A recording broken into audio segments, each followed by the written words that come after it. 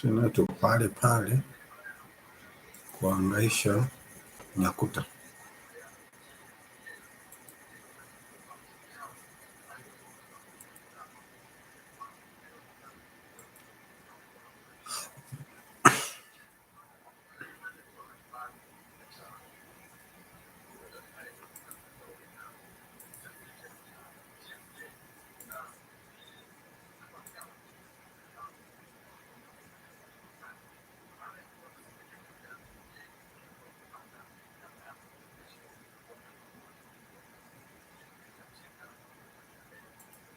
Kiasi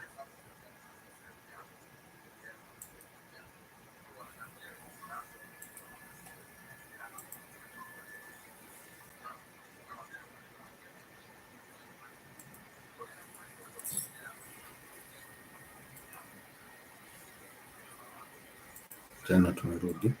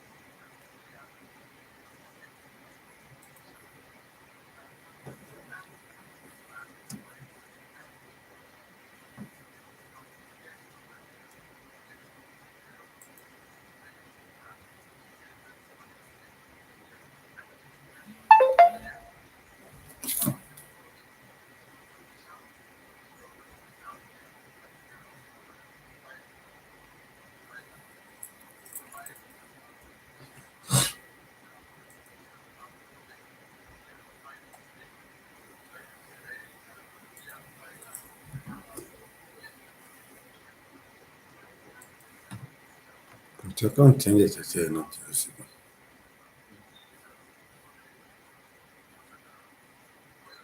Wacha log out. Log out nini anje? Sina. Nini anje? Wewe ni log out. Hapa chapa iko kwa hapo bwana.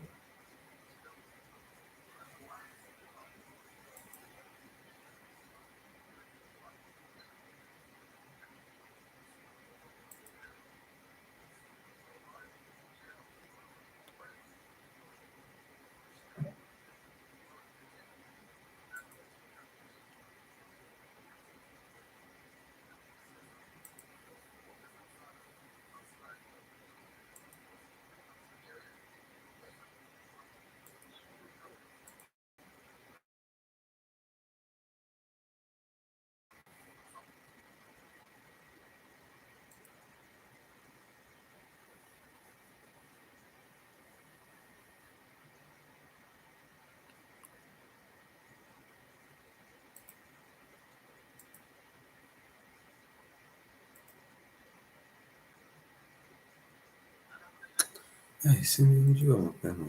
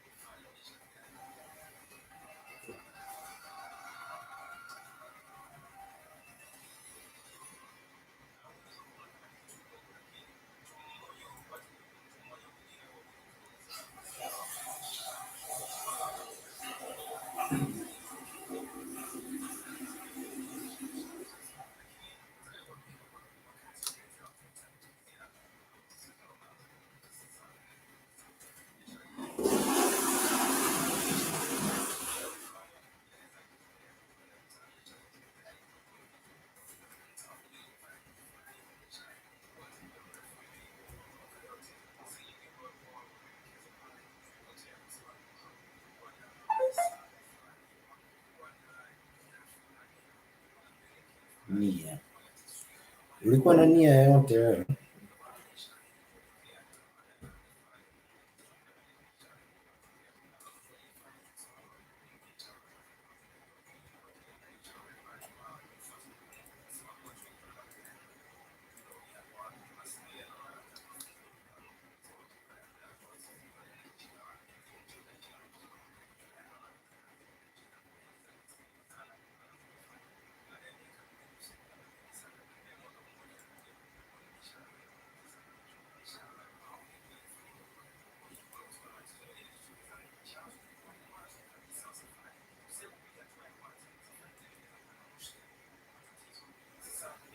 Mushkil.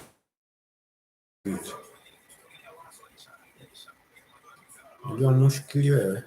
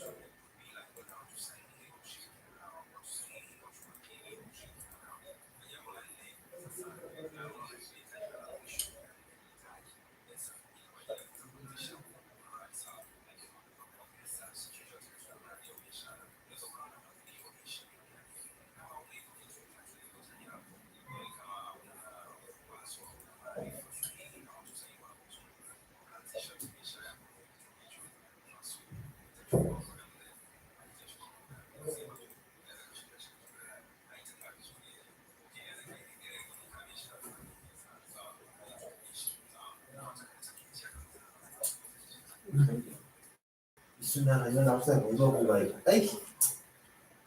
Kangi. Sasa sijui kwenye sauti inatokea.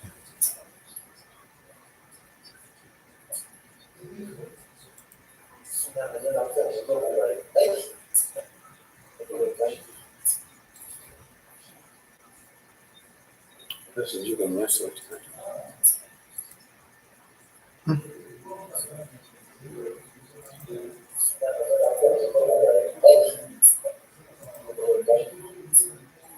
You should be streaming, my friend.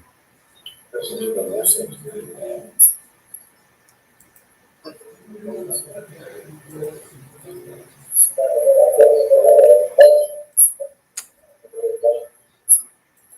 You should be streaming, my friend. Sasa sijui kwenye sauti inatokea.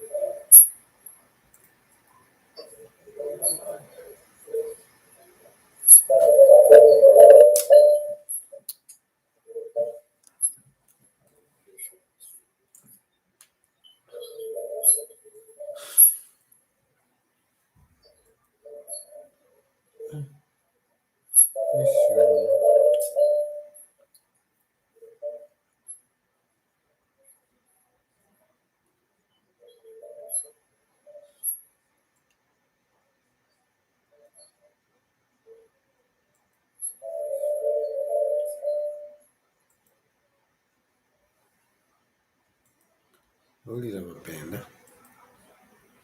Manya mapenda.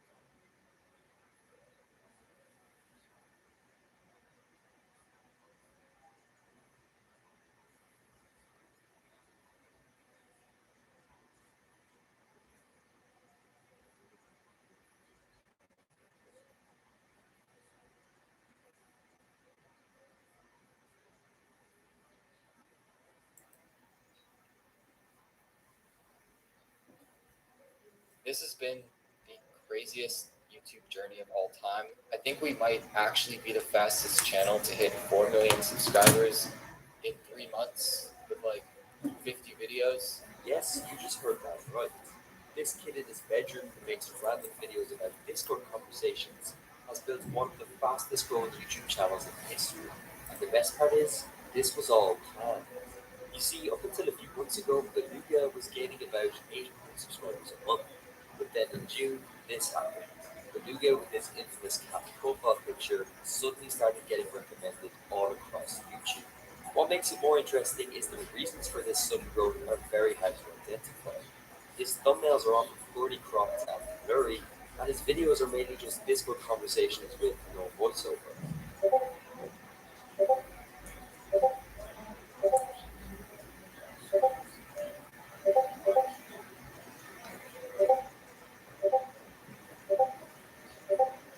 I mean, sure, it's funny, but how can a made up Discord conversation between two cats have 25 different views? What are we missing? What could Beluga possibly have discovered about YouTube in June that led to this growth? Well, I decided to dig deeper into Beluga's backstory, and it shouldn't surprise you that this guy is a lot smarter than he seems. In fact, Beluga has pretty much discovered the new blueprint for how to grow a YouTube channel. He used a three-step system to beat the algorithm. The thing is, when Beluga first started his channel, it was very unclear what his strategy was. I mean, his first videos included a reaction to a man being attacked by a goose, a random Minecraft documentary, and a commentary video on trading. The really interesting thing was hidden inside this hidden here. On the surface, it may look like a simple explanation of why he was changing his name to Beluga, but within these 67 seconds, it became clear that he knew something that no one else did. I changed my channel name from Survival Mode to Beluga because I think it's a better name. And also, starting next week, I'm going to post some of the best videos on the entire internet. I have some huge plans for the channel, and I really appreciate your support. If this channel blows up in the future, you might want to like the video and comment now to you were here when it started. I mean, having confidence is one thing, but the way Beluga spoke here made me realize something. This wasn't his first rodeo, which takes us on to step number one. Beluga had a catalyst. Right now, a lot of people say YouTube is too competitive, and there is some truth behind this. There has never been more creators competing for the same audience. But here's the good thing: YouTube's algorithm rewards great videos. Now, that might sound overly simple, but when you strip back all the noise, its purpose is to show intriguing and well made videos to the right audience. As you may know, YouTube measures this with two main metrics: click through rate, i.e., the percentage of people who click when shown the video, and average view duration, which is how long these people end up watching the video for. Here's the difficulty though. How can YouTube tell if a video is good if you know what's in the first place? It's a chicken and egg scenario. The first 1,000 viewers are always the hardest to capture. Some creators target search using keywords, some try to make videos about current trends, hoping to get swept up into the relevant content, and then there's the shortcut strategy that Beluga used, utilizing a growth catalyst. You see, the truth is, this wasn't Beluga's first channel. In fact, his YouTube journey had actually began in 2015 when he launched a channel about lucid dreaming. After growing this channel to almost 1 million subscribers, it was clear Beluga wanted a new challenge. He decided to go all in on cross promotion. He mentioned that linked his new channel at every opportunity. He also made community posts about it and even funneled traffic to his Beluga videos through end screens. This promotion definitely helped, but it only brought in a few thousand viewers. So why was it so significant? Well, it was the spark that lit the fire. Now YouTube had an audience to test Beluga's videos with. They could show these viewers the videos, and if the click-through rate and average view duration was good, the algorithm would kick in and start pushing the videos that were people. If a channel is set up in the right way, an injection of people can lead to a snowballing effect. But there's a problem. You see, a lot of people think getting a shout out from a larger channel is like hitting the jackpot. But if the content you're making isn't already optimized, it can have the opposite effect. So how do Beluga make videos that the algorithm loves? Well, that takes us on to step two. Beluga became the session time king. We all know watch time is very important to grow on YouTube. So how can a guy who makes 2 and 3 minute videos be getting so much promotion? Well, that's because Beluga makes bingeable loops of content. The videos may be short, but the average session time is long. This phrase is used to describe the total duration that someone is watching YouTube content, not just one video. Think about this from YouTube's perspective. They could show a viewer a 10-minute video and they might click off halfway through and leave the platform. This will result in just 5 minutes of session time. But if they show the same viewer a Beluga video, they might go on to watch 3 more all the way through, leading to a total session time of over 8 minutes. This is why the length is irrelevant if you make videos that people watch from start to finish. So how does Beluga do this? Let's take a look at this video here and break it down in action. The first thing I want you to pay attention to is Beluga's constant use of sound effects.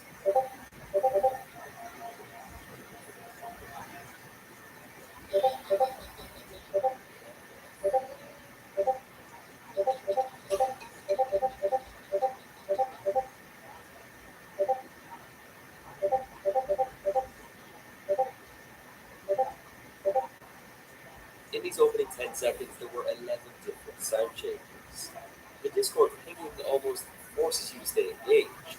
The explosion sound effects and music add.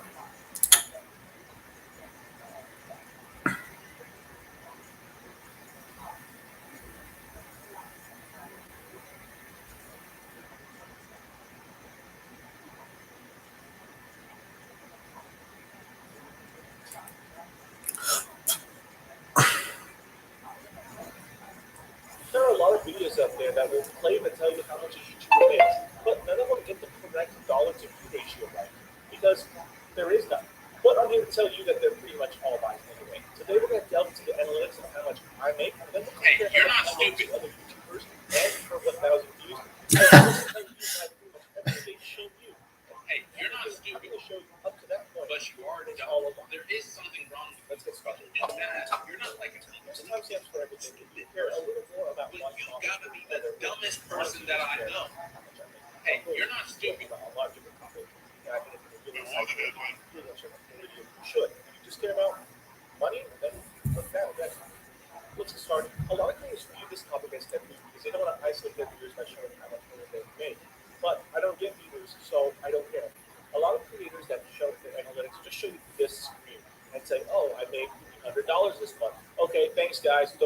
like, subscribe, and help stretch that over 10 minutes.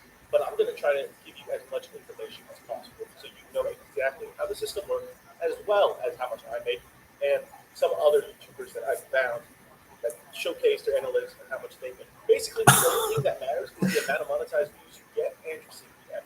CPM is basically how much money you make per 1,000 clicks. It can be different based on your viewers from different countries, as well as different genres. So if you're in beauty, you might get a higher CPM than someone that's in tech. If you're a kids channel, you might make higher CPM than a vlog channel. Some go as high as $10 per 1,000 views, while others go as high as $1 per 1,000 views. So let's delve into my analytics. As you can see, over the lifetime of my channel, I've averaged around $1.45 per thousand views. Now, this number that I got to by dividing total dollars divided by total amount of views in thousands, this is what I consider true CPM because other CPM is based off of how many monetized views you have. This ratio is based off of total revenue divided by total views, giving you a nice, consistent, easy to remember number versus, oh, this is based on monetized views. Well, you can't control how many monetized views you get. True CPM does fluctuate from month to month. This month, I'm averaging $2.30 per thousand views, which is nice. Each YouTuber is different too. Let's look at a couple different examples by viewing other YouTubers' analytics. Okay, so for Mr. Jake's very first reviews, he gets a total of 3,220,325 views. So we're going to average that and take just 3,220 because we're doing thousands of views, right? And he has his estimated revenue right here of $6,359.91. We're just going to round that up to the nearest dollar. And as your estimations, he is making roughly $1.98 per 1,000 views, which is actually pretty decent. That's good. I say that's about average. Then there's this person, the budgeting wife. Let's look at her analytics for a little bit. As you can see, she has 60,000 views, as well as an estimated revenue of $415. Her CPM is actually very, very high. 415 divided by 60, 61, not bad, gets us an estimated CPM of $6.80 per thousand views. So this person, she's doing quite well for herself in terms of how much money she makes every thousand views. So good for her. And the third person we're looking at is this girl named Jillian Perkins. Based on her analytics, she's making $2,391 divided by 359,000 views. So that gets us a rough CPM of $6.66. So she is also making quite a bit of money per thousand views. So, so far as you see, the first person, Mr. Jake, makes much lower CPM. These two ladies make much more CPM. And you'll see that it still fluctuates depending on different creators. So let's look at our third creator right here. This person is Autovlog. He had a video go viral. And this is his analytics for this one particular video. I couldn't find much analytics for his entire channel throughout this video, but here's what stood out. So let's use this data. And he's averaging roughly $1.46 per thousand views, which I'd say is a little bit below average, but this is just one particular video. We don't know the whole thing, but that's roughly how much he makes per thousand. Now, the next person we're looking at is the man, the legend himself, Mr. Beast, right? So let's take a quick look. This is a video he made in 2016, revealing how much he made in terms of revenue. Back then, he was much smaller, so let's see how much he made per thousand views. Okay, so he made roughly $2.75 per thousand views, which is pretty good. If you use that to estimate how much money he made off of YouTube alone now, you probably can. You can just look at his total views and multiply by that number. You can just find his total views, divide by 1,000, and then multiply by the CPM number, and you get that number. He makes a lot. And this channel, Style with Substance, also has some analytics we can look at. However, I could not find any information about her entire analytics. However, we do have what she had for the last 28 days. So we can at least get a nice little estimate of how much she made for 1,000 views. But again, we're going to do what we normally do. Divide $239 by 63, because thousands of views. And she's averaging a CPM of roughly $3.80, which is also pretty nice. But the other two girls we saw average more towards 6. So in general, I feel like girls make a little bit more on YouTube than guys make. And then there's this video that went viral a couple years ago because this person vexed show how much he made. Let's see his CPM. He made a CPM of roughly $2.62 per thousand views, which is also pretty nice. So far as we can see, CPM just varies wildly all across the board. Then there's this person, the DEG family. He has a bunch of ads in his video, but let's forget about that. Hopefully that pays them well at least, right? Let's see. Get it to First message. 33,000. Mm. So his CPM is roughly $3.21 per thousand. So you can see from all the data, different YouTubers make different amounts Turn of off to. CPM. But on I'm average, using you see that the guys network. make less than girls. And again, we only have 2 examples for girls. Everything. On average, all the guys make around $2 per 1,000 views, while the girls average $6 per 1,000 views. So keep that in mind. If you don't know, you get the general idea of how much a YouTuber makes. Let's take the total amount of views that you can find on their about page on their channel, multiply that number by the $2 if you're a guy, or the $6 if you're a girl, and then divide by 1,000 if you want per 1,000 views. And that would give you the general amount that the person makes on YouTube. It's not an exact science because you don't have access to all their analytics. This only pertains to YouTube revenue. This doesn't pertain to other stuff like Amazon affiliate links and sponsorship stuff like that. This is strictly YouTube income alone. You can see there are substantial variations between one channel versus another. Different YouTubers make different amount of money. I assume since I'm a tech channel, a lot of people in the tech community know about ad block and how to use it, that I don't get as high CPM. So that little red button that tells you to subscribe, it doesn't really help your favorite creator out. They don't make any money off of that. But how they do make money off of you is a good creator out. They don't use high CPM. So that little red button that tells you to subscribe, it doesn't really help your favorite creator out. They don't make any money off of that. But how they do make money off of you is the fact that since now you're subscribed, you are more likely to click on a new upload of it, which then gives them a view, which then gives them the potential to make a monetized view out of that. So the initial burst they get when they release a new video gets them a nice check next time. So here's one of the things that some YouTubers don't show you. There's Amazon affiliate links that they post in the descriptions do make them money. But how much? In the past, I haven't really relied on Amazon affiliate links, but I've started to use them a lot more and added a lot more to my video description.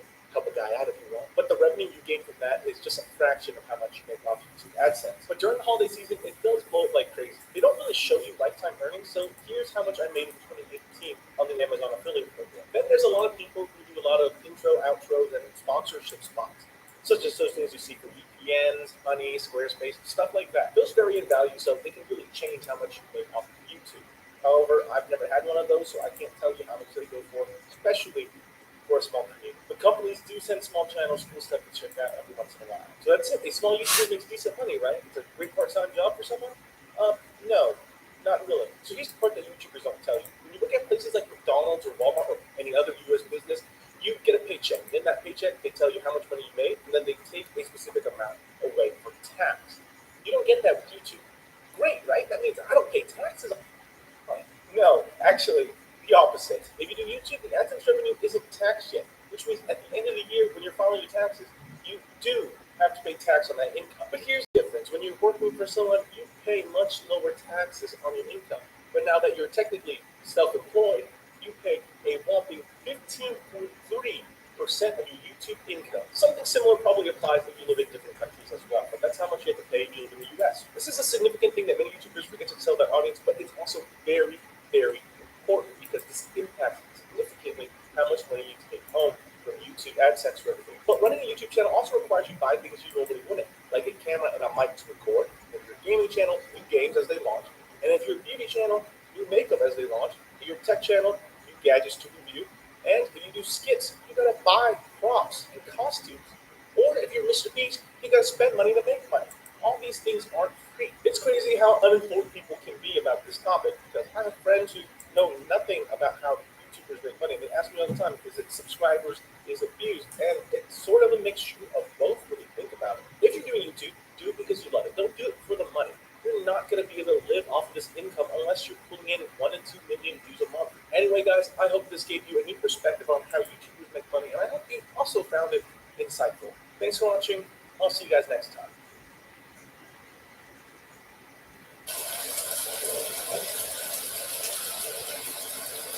Hey friends, welcome back to the channel. In this video, we're going to talk about 9 different ways that you can make passive income. And for each of those, I'm going to talk about how hard it is to get started, how hard it is to make $100 a month from it, and how hard it is to maintain once you've created the thing in the first place. For me and my business, these 9 different sources generate around $27,000 per week these days with varying degrees of passiveness. And obviously, this has taken me like 8 years to build up, so don't expect to be hitting those sorts of numbers when you first get started. But this is the video that I wish I would have had when I started my financial independence journey many, many years ago. Let's go for it. All right, so when I say passive income, I always air quote it because there is really no such thing as passive income. There is no way to make money without doing anything. But when I say passive income, what I mean is that it's money that is not directly tied to one time. So let's say you were to write a book. If you write a book, you publish a book, that book is now on bookshelves. You've done the work kind of once to write and publish the book, but now anytime the book sells, you make money from royalties. That is passive income. You could literally be making money while you sleep because you've created this thing which is out in the world, which is generating income for you. The other thing with passive income is that it always takes a very long time to get going. So if you see any ads before this video talking about how you can get rich quick by whatever scheme, or if you see people in the comments pretending to be me saying, oh my god, here's how you can get rich quick with crypto, WhatsApp this number, that is all a scam. It's not going to work. There is no way to get rich quick. It is not a thing. So if you're looking for a get rich quick scheme, it does exist, so you might as well not even try it. And the way I think of this is that ultimately money is just a medium for exchanging value. The only way to make money is to provide value. And the only way to make passive income, passive money, is to provide value in a way that is not directly tied to your time. So please, please, please, do not try and if you want to get rich quick scheme, they don't exist. I've had lots of messages over the years from people who have tried signing up to a get rich quick crypto scheme or a gambling scheme or a, hey, here's how you kind of play poker online. None of these things ever work. People always end up losing money. The only way to make money is by providing value. And so let's talk about 9 different ways that you can provide value if you wanted to. Just before we dive in, I want to tell you that I've just launched my brand new Skillshare class about productivity for creators, how to start a successful side hustle. That's linked in the video description. Skillshare is sponsoring this video. I'll tell you more about Skillshare later on, but I want to plug my own class because I think it's genuinely real good and people really like it, and it will help you get tips on how you can start side hustles in your spare time. Anyway, let's get into the video. All right, so let's kick things off with investing in stocks and shares. And in this context, the way that we provide value is by offering our money. Providing money and investing in a service is, in a way, giving a form of value. And so when we give our money to a company in the form of buying their stocks, it makes sense that we would get some kind of return for that investment. And we're starting with this because investing in stocks is the easiest way to make any kind of passive income. If you have any sorts of savings and they're sitting in a savings account earning 0.01% interest, they're not really doing very much for you. Whereas if you have those savings and put them in stocks, you could potentially be earning passive income from the money that's otherwise just sitting there. Now, I've got a whole video called The Ultimate Guide to Investing in Stocks and Shares for Beginners, which is going to be linked over there somewhere. So that is a solid half an hour long introduction to stocks and exactly how they work. But the thing that I recommend for most beginners as a non-financial advisor, and this is not financial advice, purely for entertainment purposes only, that's what we can say, or at least the thing that I do is that basically all my money that's in stocks and shares is invested in index funds. Now, an index fund is something like the S&P 500. And when you invest, let's say $1,000 in the S&P 500, that basically means that your $1,000 is distributed amongst the top 500 biggest companies in the US. So, weighted by how big they are. So, 2% of it would be in Apple, 2% in Facebook, 2% in Google, 2% in Microsoft. And then you probably want to heard of the 500th company on the list, but basically all the big US companies you've heard of, you end up investing in all of them a little bit at a time. So if you want to get started with that, all you need to do is sign up to a stockbroker. If you're in the US, you can use People. I think we've got a link in the description. If you're in the UK, you can use Free Trade or Vanguard. Basically, whatever country you're in, just Google the phrase best stockbroker platform, your country name, and you'll find something that works for you. And then it's very easy to be able to invest in anything that's fine. So within our famous side hustle assessment matrix, we're going to give the difficulty of starting a 1-star rating. 1 out of 5. It's very, very easy to get started with stuff. How hard is it to make $100 a month by investing in stocks and shares? Well, this kind of depends because it depends on the performance of the stock market overall. So in the last 12 months, 2020 to 2021, the S&P 500 has actually increased by about 50%. That is a lot. It's like gone up by solid 50% despite COVID and everything going on. So if in April 2020 you had invested $2,400 in the S&P 500, the fact that it's gone up by 50% means you would have made $100 a month. But obviously this is not the way to look at it because things can go up and down, and the stock market has different levels of performance depending on what time period you're looking at. But if you average out the last 30 to 50 years, the S&P 500 has had a roughly 10-point-something% return. It means every year, on average, over the long term, it goes up by around 10%. This is not inflation adjusted for any economist. And so if we do some back-of-the-envelope calculations, if we want to earn $100 a month passively through stocks and shares, we would need around about $12,000 invested in the S&P 500 to make that 10% $1,200 a year, which is $100 a month. But as I talked about in that video about stocks, over time we have compounding. So if you put in $7,500 in the S&P 500 and you left it there for 5 years, then 5 years later you would be making roughly $100 a month. If we go by this very average figure of 10% a year, or if you invested $5,000 in the S&P 500, then 10 years later you'd be making $100 a month in purely passive income, again assuming the 10% average. So overall, how hard is it really to make $100 a month in passive income from stocks and shares? Well, it kind of just depends on how hard is it for you to make $5,000, $7,500, or $12,000 in savings and put them into a stock market index fund. And crucially, this is money that you shouldn't need to touch in the next 5 to 10 years at least. So basically, how easy is it for you to make that sort of money? Obviously varies massively depending on which country you're in and what your circumstances are and what your job is. But if you're in the UK or the US, where the median average salary is around about $50,000, something like that, then again, depending on your circumstances, it's not that hard to get $10,000 in savings. Obviously, if you're supporting a family of 50 people, $50,000 is different. If you're a single person, again, it's different. But I'm going to give this roughly a 3 out of 5 star rating for difficulty of getting $100 a month. Obviously, if you live in a country like India, where the average salary is $3,600 a year, it's very, very difficult to make $10,000 in savings overall. And finally, the third category, and side hustle assessment metric, is how hard is it to maintain this income once you've set it up in the first place.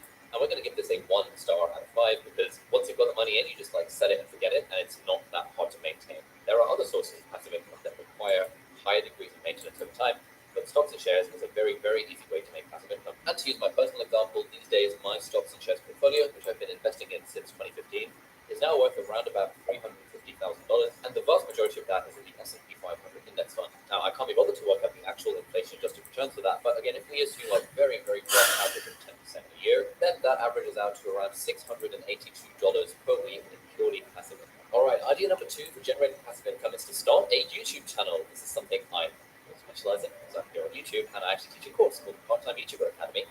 Links in the video description, where I teach people how to do this sort of thing. So let's use our side hustle assessment matrix and we'll talk about this. How hard is it to start a YouTube channel? Well, I'm going to give this 1 out of 5 stars because it's actually very, very easy to start a YouTube channel. You just go on YouTube.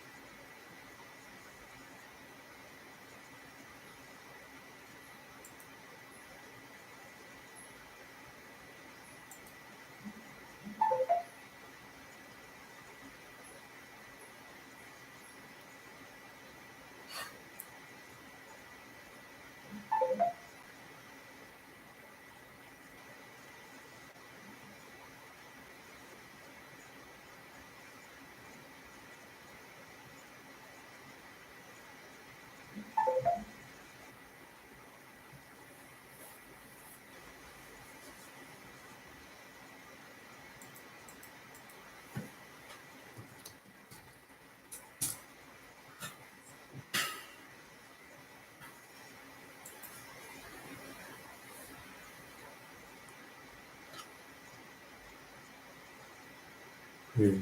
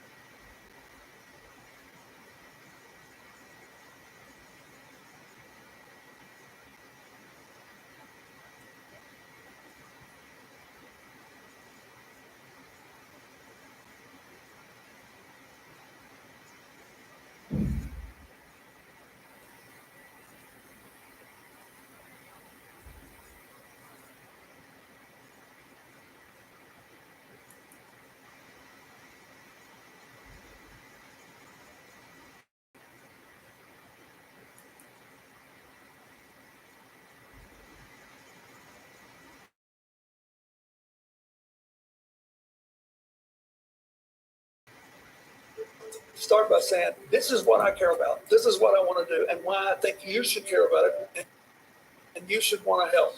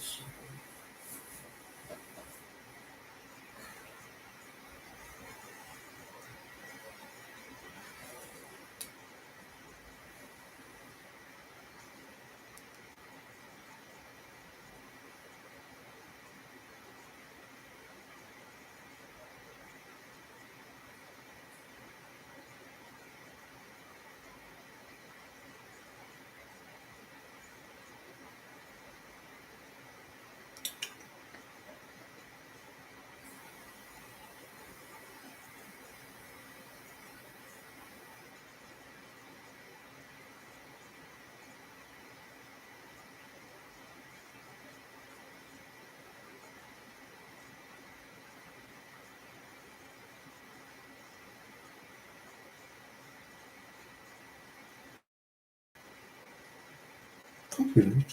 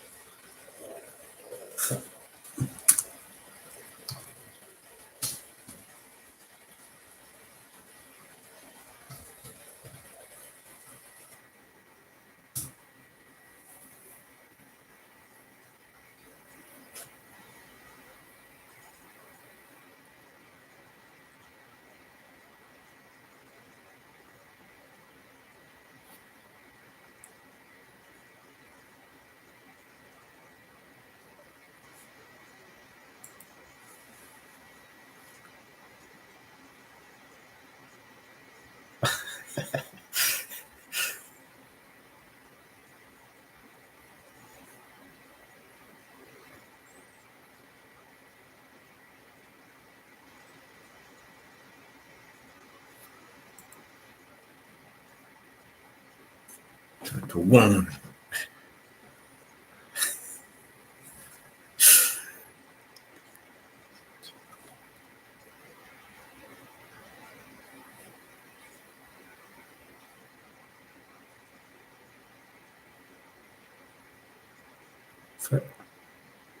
Five.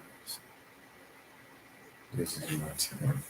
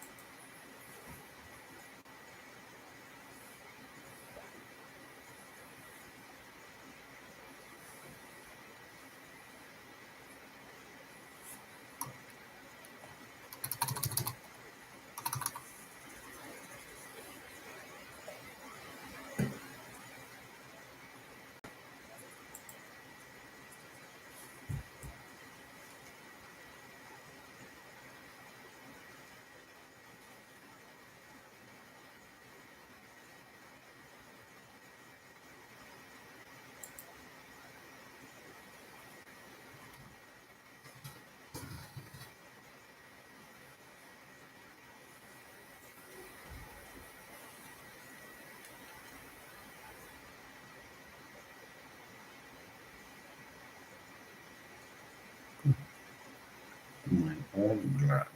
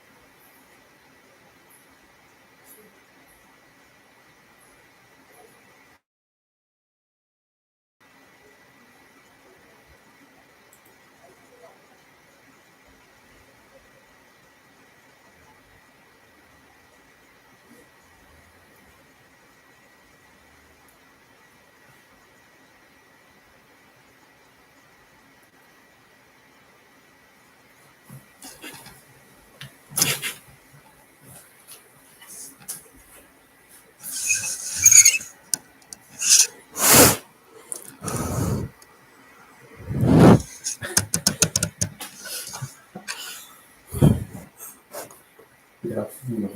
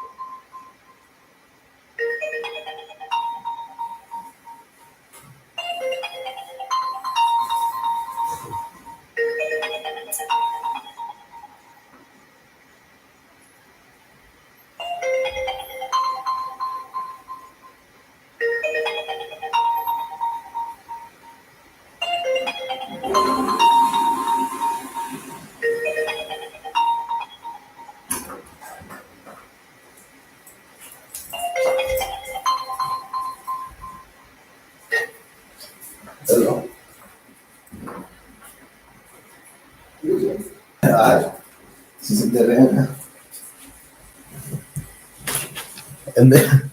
Embeera mbita.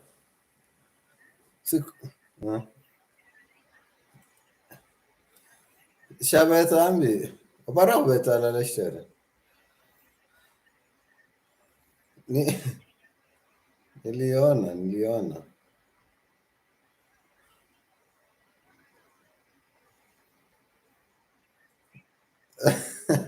Uma shiosi sana.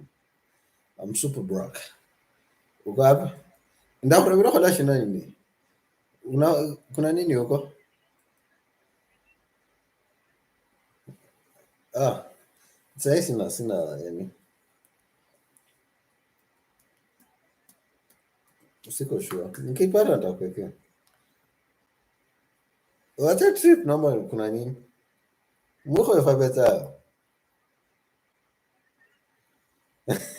Wina for.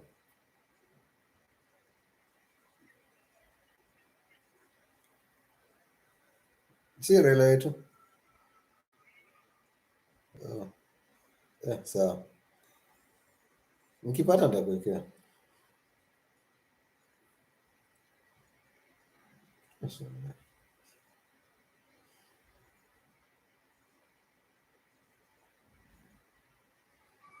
We goddamn lost my tongue of shit.